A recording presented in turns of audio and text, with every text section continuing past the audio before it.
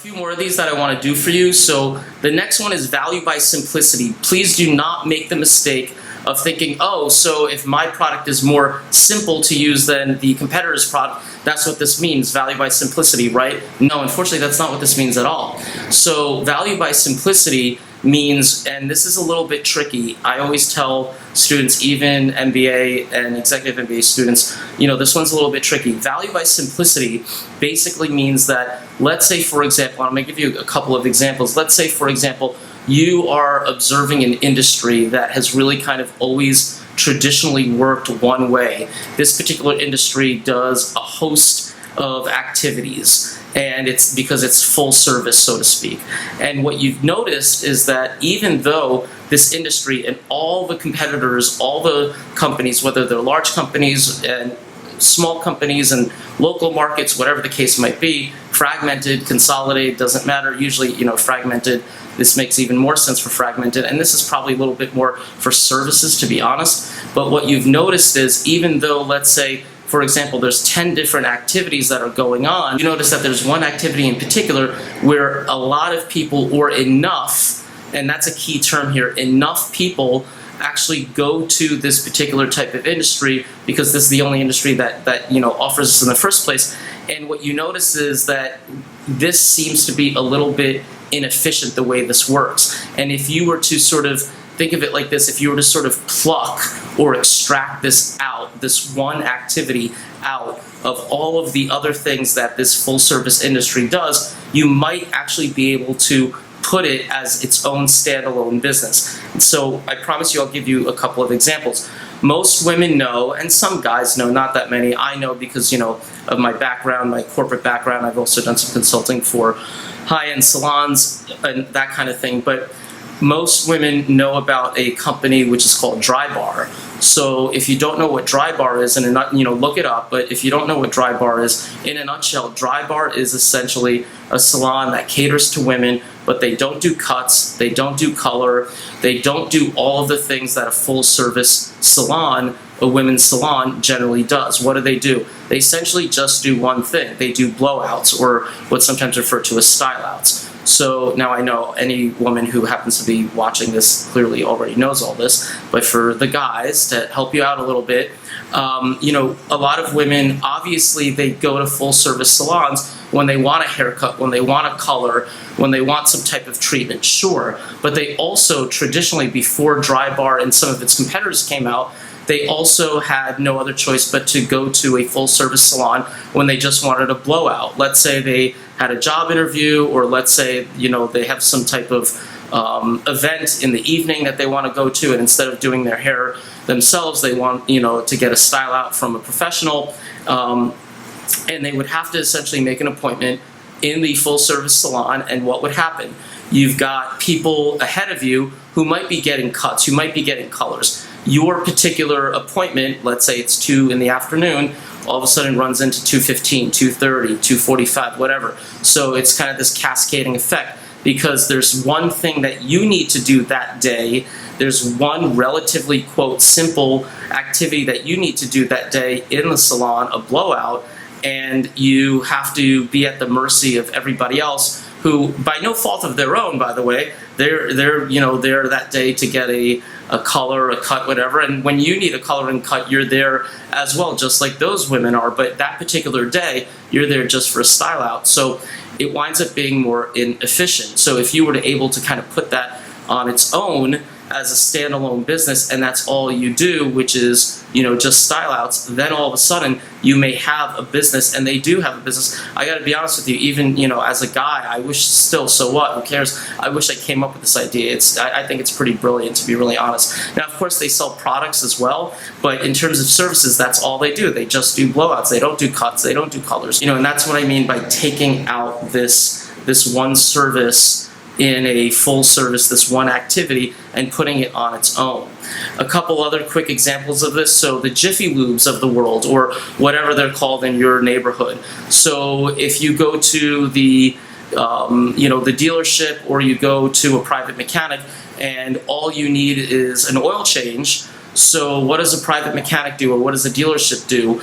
Everything, right? They do oil changes, but they also do complicated stuff. They do tune-ups, they do engine rebuilds, they do transmission rebuilds, they do, you get the point, they do whatever, brakes. And that particular day, all you want is an oil change. So, and I know those 10-minute oil change places, those Jiffy Lubes, recycled oil, and some of those, people, sorry to say, are relatively young. They don't know what they're doing. They forgot to, sometimes they forget to put the bolt back on the oil pan, the drain plug back on the oil pan, and all that stuff. I mean, I don't use those places. I use my private mechanic. But it doesn't matter. Nevertheless, that's exactly what they're doing here. They're taking that particular activity, oil changes, which people need to do relatively often, and they're putting it on its own as a standalone business. Once again, you're extracting that and you're putting it as a standalone business, and you're making that more efficient. And therefore, that's another, value by simplicity example. And then one more of these, I promise. If you also kind of look at the whole, the places like Urgent Care or City MD. So before these places came around, hopefully at this point you kind of know where I'm going with this and this makes sense to you. So before these places kind of, came around, what did you have to do if, let's say, not that I'm, minimizing it, but so, you had a minor, quote, accident, you cut your finger a little too deep, you probably are going to need 2 or 3 stitches maybe, and all you had, prior to these things was the emergency room. And I'm also not minimizing this, but the emergency room has these relatively minor things, but God forbid, unfortunately, if you're having a lot of chest pain, or whatever the case might be, you might be in imminent danger, you might be on the verge of having a heart attack, to be honest. So, an emergency room, as you know, is just by its very nature highly, highly inefficient. It's always been like that. Pretty much all emergency rooms, they have to deal with all this stuff. But if you have something relatively minor, you don't have to necessarily go to the emergency room. You can get the care you need properly done by places like City MD and Urgent Care. Once again, this is taking one of the activities. In this case, when I say one of the activities, something, quote, minor. It could be a cut, could be a scrape, it could be, maybe you've kind of, I don't know, sprained your finger or something, or your ankle. So you don't necessarily need to go to the emergency room, but you can go to these places where, again, you've taken something out of that traditional industry and you've put it on its own and you've made it more efficient as a result. And that's sort of the whole idea. I did want to also give you something on value by customization. So with value by customization, I think that this really sometimes confuses students as well. Value by customization is not the same as offering options. So when you go to a car dealer and you say, okay, this is a great car, I love it, I want it, give it to me in whatever such and such color. That's just not a color that they happen to be offering. So you can't get that color even if you wanted to from the factory. Even if you're saying, no, well, it doesn't matter, I don't need to get a car today off the lot, I'll wait for it. The salesperson hopefully is still going to push back and say, even though you're buying a car that day, look, we don't offer it in such and such color. Now, if you want to buy the car, whatever color it is, and then you want to go to an independent paint shop, body shop, and have it painted whatever color you want to have it painted, that's great, that's fine, you can always do that. But so do not make that mistake of value by customization is not when the consumer is simply offered a choice among the range of options that are simply being offered. That just means that there are a range of options that the manufacturer, in this case colors of cars, have offered. And if they offer 6 colors, you have to select from those 6 colors. If they offer 12 colors, you have to select one of those 12 colors. You can't say, and even if it's 6 colors, you can't say, well, you know what, paint the 2 front doors this color which you offer, paint the bumper such and such color that you offer, paint the front bumper and the hood such and such color that you offer. They're going to look at you. I know this, I'm being, obvious, this is hopefully pretty obvious, but that's essentially how students get tripped up and confused. That's not what this is all about. You can't do that. Value by customization is sort of like, nowadays pretty much all sneaker companies offer you value by customization. There's a particular area on their website, Nike, New Balance, I'm sure other places have this too, where you can take a particular shoe and you can literally, there's also a palette of colors that you may have to choose from, but you literally can make any element of the shoe, of the sneaker, the color that you want. You could do the laces in such and such color, you can do the sole in such and such color, you could do whatever panels you want, and conceivably you can essentially make a shoe that is really unique just for you, that the manufacturer is making. You're not getting it from some kind of independent sneaker maker or something like that, and that is also value by customization. So there's one more of these value propositions that I want to do for you, and I apologize, this one is just obviously audio, not video, but I want to do value by brand or sometimes value by image. It's the same exact thing. You can use either or. So I often get a lot of questions, hey, what about the value proposition being mainly based on a brand? And my response is always, that is completely valid. It's most of the time going to be value by brand to an extent. In other words, there should be other value propositions that are inherent about the product or service, not just the brand, because the brand, of course, is really important. And I'm going to, because if I decided to make an entire course on YouTube for you here, so I will tackle that. But I kind of always look at it from this standpoint, and I also kind of mention this usually in classes. If you are buying a Mercedes, hopefully there are other reasons why you're buying a Mercedes, not just because it's got the famous three-pointed star on the hood and you say to yourself, hey, now I get to drive a Mercedes. I'm sure there are people out there, unfortunately, I'm sure there are people out there who buy a Mercedes just because it says Mercedes. Hopefully if you buy a Mercedes, you're buying a Mercedes for reasons other than that. It's because you understand the history of the brand. You understand it's the oldest car brand in the world. You have an understanding of who Carl and his wife Bertha Benz were. You understand that Carl Benz was, given a patent for the world's very first car, the inventor of the car. You like how the car drives. You like the engineering. You like this, you like that. But of course, the brand does play a role in it for sure. Now, I wanted to give you an example of an industry where value by brand is the only thing they've got going for them. So I'm using an extreme example for you where they've really got nothing else. And I'm kind of smiling right now because there's one industry in particular which really abuses the whole value by brand or value by image to the extent that they can, because they really have nothing else to go off of, and that would be the liquor industry, and in particular the vodka industry. So I remember when I became drinking age, it was in the late 90s, and in the late 90s, if you were a vodka drinker, I'm just saying vodka drinker, whether you drank vodka straight or whether you drank it with a mixer, doesn't matter. So Absolut was really the top shelf, and back in the day, all those really wonderful Absolut campaigns and all those ads that were in magazines, Absolut New York, Absolut Miami, Absolut this, Absolut that, it was really a successful campaign. And Absolut was kind of the premium vodka. So nowadays, poor little Absolut unfortunately has kind of been demoted to middle shelf. It's really not top shelf anymore. And what do we have these days? You've got Grey Goose and you've got Kettle One. In general, I would say that there's still kind of, the premium top shelves. I know that, whatever, small batch vodka, handmade vodka, we don't need to get into all that. From a commercial standpoint, I think most people would still agree, 2020, Grey Goose, Kettle One. And then, of course, you've got other, I would say, premium but niche premium brands. For example, you've got Chirac. So what do all of these have in common? The only thing they've got going for them is really all about the value by brand or value by image. All four of these vodkas, including Absolut, now I'm not an expert on vodka, I'm a casual drinker, but I'm not an expert on vodka. I probably know a little bit more about scotch and whiskey than I do vodka. But nonetheless, all of these vodkas that you see here are premium vodkas. There's nothing wrong with them.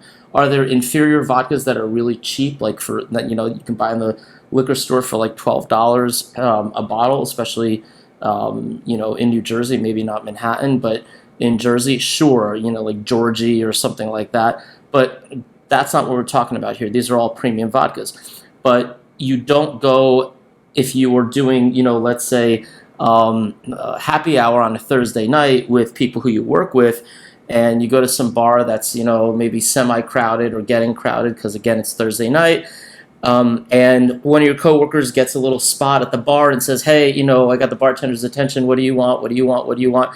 And if you're a vodka drinker, you're not going to say, hey, give me an Absolute and soda, for example. You're going to say, I'll take a Grey Goose and soda. I'll take a Kettle and soda. That's really what you're going to say because you don't want to not look cool. You're not going to say Absolute and soda. I'll say Absolute and soda if that's what I want because, there is one nice little thing about getting a little bit older. You start to not care as much about what every little person thinks about every little thing. Anyway, that's another story for another day. And then you've got Shirak, right? So what is so special about Shirak in terms of the vodka? Nothing. What, because it comes from the French Alps or something like that? Absolutely not. You know why Shirak vodka has kind of, it's got its little premium spot? I mean, it's a smaller player. It's a niche player compared to Grey Goose and Kettle One. But you know why it's got its little niche spot? Because on the commercial, and, I'm telling you right now, I don't care what he calls himself. I refuse to call him Puff Daddy or Puffy or P. Diddy or Diddy. Sean Combs, okay? I call him Sean Combs, and I'll definitely never call, as a guy, I'll definitely never call another man daddy, okay? I don't care if I had 2 cents in my pocket and I was starving in the streets and some guy said, I'll buy you a meal if you call me daddy. I'll say, you know what? Put a gun to my head and shoot me instead. Okay, that'll be the day when I call a guy daddy. That's when hell freezes over, by the way. So anyway, because Sean Combs is at a club in the corner of the club in this nice, corner table, and he's got 4 beautiful women sitting next to him, 2 on the left, 2 on the right. And guess what, guys? If you buy Shirak vodka, you can have that too. And, so it's just pure BS. That's all it is, just BS. So the idea, of course, is this is value by image. And, the beer industry also does the same thing. But at least in the beer industry, there's more truth in the product, so to speak. At least there's a little bit more truth in the product. Because in the beer industry, at least, beer has more distinct taste amongst brands. I wasn't old enough to be drinking in the 80s, of course, and I was only a little kid. But I remember in the 80s and a little bit of the 90s, it was Bud Light. And then when I became drinking age in the late 90s, the go-to light beer was Coors Light. And that lasted for a good 12, 13 years. Now it's still Miller Lite. It's almost like these, companies just take turns, so to speak. But there's more truth in that because when you drink beer, you're drinking it mainly, I mean, there are other reasons too, but, okay, so all 3 of those light beers, they're more or less the same calories, so you're going to choose based on the taste, right? Most vodka drinkers are using a mixer with it anyway. They're not really drinking vodka straight up. And I'll say one last thing about this. So I know some guys who are, in their 50s, 60s, they're somewhat wealthy, they own their own businesses, they, as a small business owner, maybe they take home for themselves somewhere between $600,000 to $1 million a year. And you know what? They're big-time vodka drinkers, and they don't drink any of these brands. They drink brands like Belvedere, and they're, more, quote, serious vodka drinkers that, just drink it straight up. They don't mix, unfortunately or unfortunately, they don't mix it with anything. So, I just wanted to share this with you. This is an example, an extreme example, but hopefully a good one because this is the only value proposition, value by brand or value by image, that the vodka industry has going for them. There's other ways in which you can do value. This is just about maybe 4 of them for you. There's value by brand. There's a whole host of other different types of value propositions that you can look at and, different types of really good text, which are not even textbooks, things like, business model canvas, business model generation. I really do think that if you can understand value propositions and how you can really utilize them to do what? To really help you create a competitive strategy that is sustainable, a competitive advantage that really will take you into the long term, and you can also hopefully create a unique value proposition that you really can stand for and really kind of distinguish yourself from the competition. So now you know a really good baseline starting point in understanding the fundamentals of value propositions. Let me know if you have any questions, and I wish you a lot of luck.